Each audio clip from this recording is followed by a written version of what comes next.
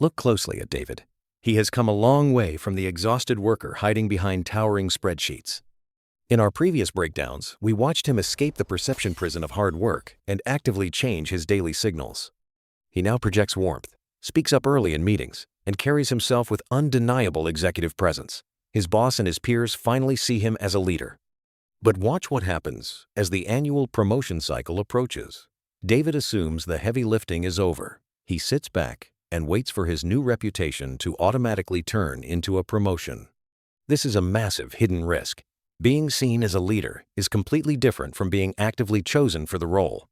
Stay with me until the end of this analysis because the final behavioral shifts we are going to cover today are the exact influence triggers that force the committee to actually select your name. I am Kaushik. During my 35 years leading human resources for global Fortune 500 companies, I have seen exactly how these final promotion decisions are made.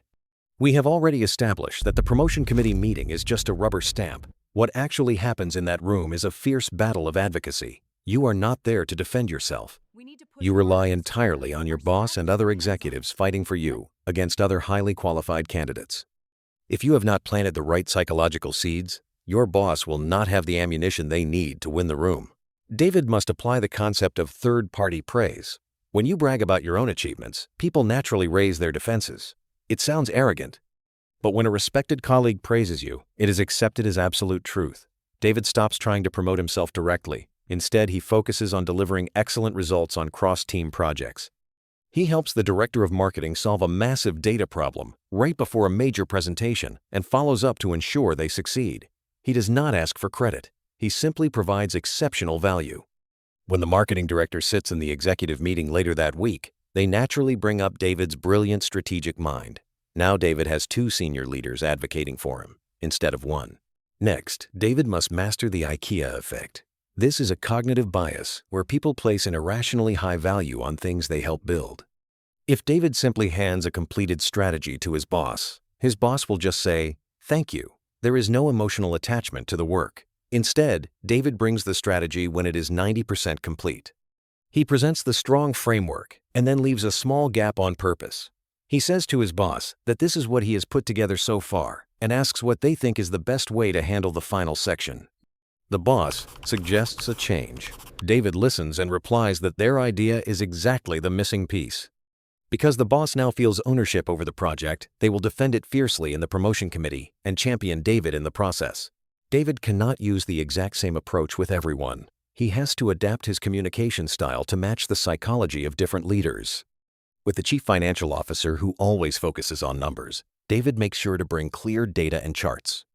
With the VP of sales who prefers big picture thinking, David focuses on the overall impact and the story behind the numbers. He does not change who he is. He just adjusts how he presents things so each conversation feels natural.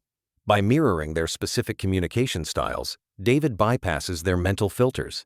They immediately feel that David understands them. All of these carefully planted seeds finally bloom in the promotion committee meeting. When David's name is brought up, his boss proudly presents his case with real examples. The marketing director adds the positive feedback they shared earlier. There is no debate because consensus has already been silently built. The final proof that David has won the game shows up in his everyday conversations. His boss stops using hypothetical words like, "if you get this done." Instead, his boss starts using the word, "when."